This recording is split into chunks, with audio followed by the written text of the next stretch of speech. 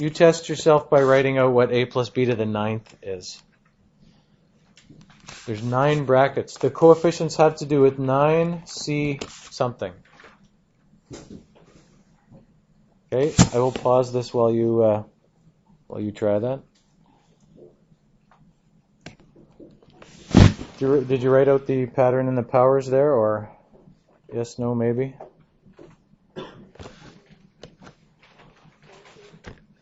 Okay, well, first of all, write out the pattern and the powers, and then worry about the coefficients. The powers should be that, okay? And then worry about the coefficients. The powers, powers of A go down, powers of B go up.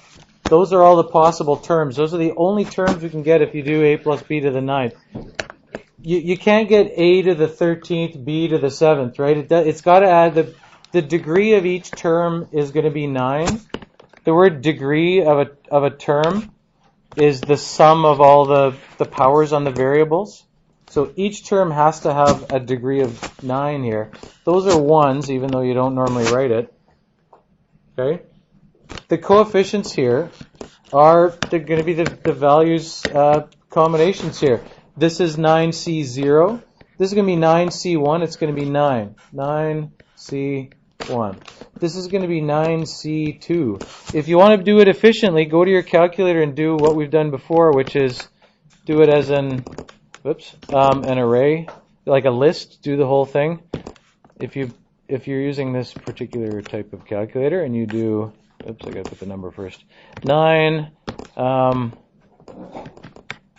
NCR.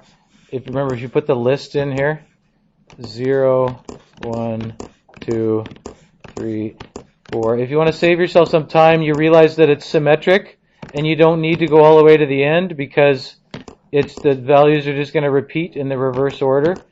But you can do this if you want. Then it spits out the whole list of coefficients, right? Those are the different numbers of combinations. This is the way to pick 0 b's from 9 factors. This is the way to pick 1 b from 9. This is the way to pick 2 from 9, 3 from 9, 4 from 9, right? And you can keep going here and just write those numbers down. Once you got the first few, once you get to the middle, you know what it is, right?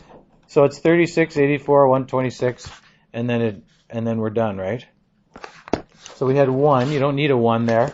What was this? I already forgot. 36, 84, 126. Is that right?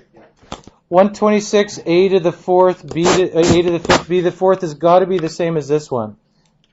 Right? This one over here is 126 as well.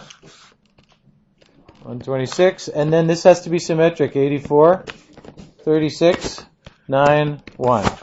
Of course, you don't need to put any of the 1s in there, but are we okay with that? Yeah. We are okay with that. Okay, so we have to take it to the next level here then, right? The next level is not any harder. It's just keeping track of when you have something other than A and B. So that's all we're doing now is something other than A and B here.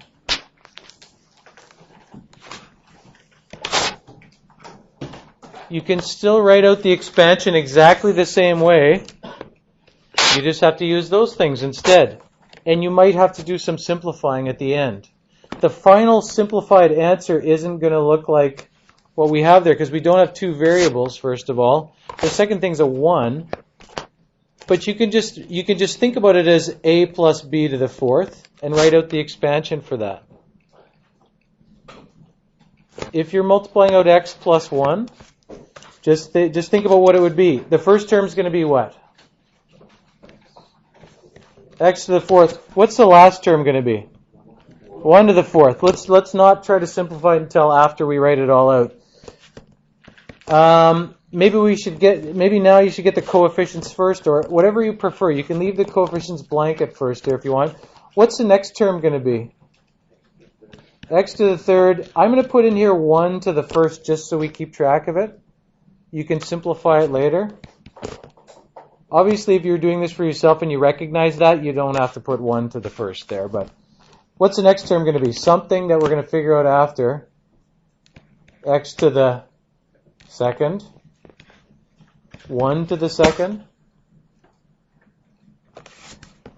And then we've got something, what's the next one going to be here? X to the first, 1 to the third, and the last one's 1 to the fourth. If you go to your calculator and work out the coefficients, I really think this is a good way of doing this. If you just put in that list, I got too much here, I'm just trying to redo this. I mean, you only need, most of them you're going to know, right? You really don't need to do all of these, but if we're doing from 4 brackets here, from 4 factors that we started with, how many different ways can you choose that number of b's? There's your numbers, right? 1, 4, 6, 4, 1. That's that row from Pascal's triangle.